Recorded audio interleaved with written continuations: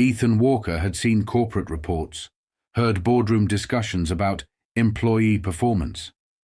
But none of that prepared him for what he witnessed inside one of his own stores. A single mother, bullied and humiliated in front of customers by a power-hungry manager. What he did next, no one saw it coming. The scent of freshly brewed coffee and warm pastries filled the air as Ethan Walker stepped into one of his company's busiest cafe locations. Dressed in worn-out jeans and a simple hoodie, he looked nothing like the billionaire CEO of Walker's coffeehouse empire. No one knew who he was, and that's exactly what he wanted. He had built this business from the ground up. On paper, everything looked perfect: record-breaking sales, solid customer reviews, a dedicated workforce. But Ethan didn't trust reports. He wanted to see the truth for himself. And in less than 5 minutes, he found it. At the register stood a frazzled young woman, her uniform slightly oversized, her blonde hair pulled into a messy bun, tired eyes, a warm smile, clearly overworked but trying her best. "Next customer, please," she said, ringing up an order. Before she could finish, a sharp, condescending voice sliced through the air. "Move faster, Rachel." "We don't have all day." Ethan's jaw tightened as he turned toward the voice. A tall, suited man stood with his arms crossed, his expression twisted in irritation. The name tag on his shirt read, "Assistant Manager, Greg." Rachel flinched but kept her head down. "I'm sorry, sir, No excuses," Greg snapped, loud enough for everyone to hear. Customers in line shifted uncomfortably. Employees avoided eye contact. This wasn't new. Greg smirked, looking around. "Ladies and gentlemen, this is what happens when we hire people who can't handle the job. Single mums like Rachel here are too distracted with their personal problems to be efficient." Rachel's face went pale. Her hands trembled. Ethan's blood boiled. A mother, working hard to make ends meet. And this is how she was treated? Greg let out a mocking chuckle.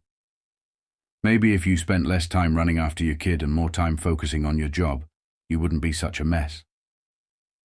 Rachel blinked rapidly, fighting back tears. That was it. Ethan took a slow step forward and placed his coffee cup on the counter. "Hey," he said, his voice calm but ice cold. Greg turned to him, smirking. "What? You got a complaint too?" Ethan held his stare. "Yeah, I do." Then he slowly pulled his CEO badge from his pocket and placed it on the counter. Greg's face drained of color. Rachel's eyes widened. Customers gasped. Ethan stepped closer, his voice dropping low. "You just made the biggest mistake of your life." The cafe fell into dead silence. Greg's smirk vanished the second he saw the CEO badge glinting under the fluorescent lights. His mouth opened and closed like a fish gasping for air. Panic flickered in his eyes. Rachel stood frozen, her hands still gripping the register, her face a mix of shock and confusion. Ethan never broke eye contact with Greg. "You were saying?" His voice was calm, but the weight behind it was undeniable. Greg swallowed hard. Sir, I didn't realize." Ethan raised a hand, cutting him off. You didn't. Because if you had, you wouldn't have treated one of my employees like garbage. In front of customers. In my own store." Greg's hands trembled. I was just trying to maintain efficiency." Ethan leaned in slightly.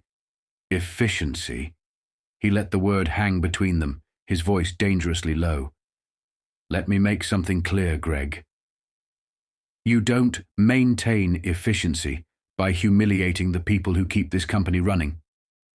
Rachel's breathing was unsteady. Ethan turned to her, his expression instantly softer. "Rachel," he said gently, "how long have you been working here?" Rachel hesitated. 2 years, sir." 2 years, Ethan repeated.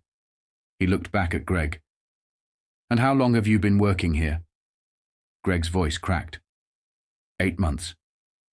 Ethan chuckled. 8 months. He shook his head. "So in less than a year, You decided you had the authority to belittle a woman who has given 2 years of her life to this company. Greg's lips pressed together, sweat forming at his brow. Ethan crossed his arms. Tell me something, Greg. How much does Rachel make per hour? Greg stammered. Well, she's on standard wages. How much? Ethan demanded. Greg hesitated. $14, sir. Ethan nodded, then turned to Rachel. And how many hours a week do you work? Rachel bit her lip. 30. Sometimes 40 when they need me to cover. Ethan's chest tightened. She was working full-time, yet barely surviving. He turned back to Greg. And you? What's your salary? Greg stammered. So $65,000 a year, sir. Ethan let out a slow exhale. 65,000. His voice was quiet, but the entire cafe could feel the storm brewing. Ethan looked around the store, addressing everyone now. So let me get this straight. The man making $65,000 a year feels entitled to mock and humiliate a single mother working long hours for less than a livable wage. No one spoke. Even the customers looked disgusted. Greg opened his mouth, but Ethan was already done with him. Get out, Ethan said coldly. Greg flinched. Sir, please, you're fired. Effective immediately. Ethan's voice didn't waver. Leave, before I have security escort you out. Greg's face crumbled. He hesitated, glancing at Rachel, but he knew there was no way out of this. He turned on his heel and hurried toward the exit, his entire body shaking. Ethan didn't watch him leave. He was already focused on something more important. Rachel. She looked stunned, as if she couldn't believe what had just happened. Ethan's voice softened.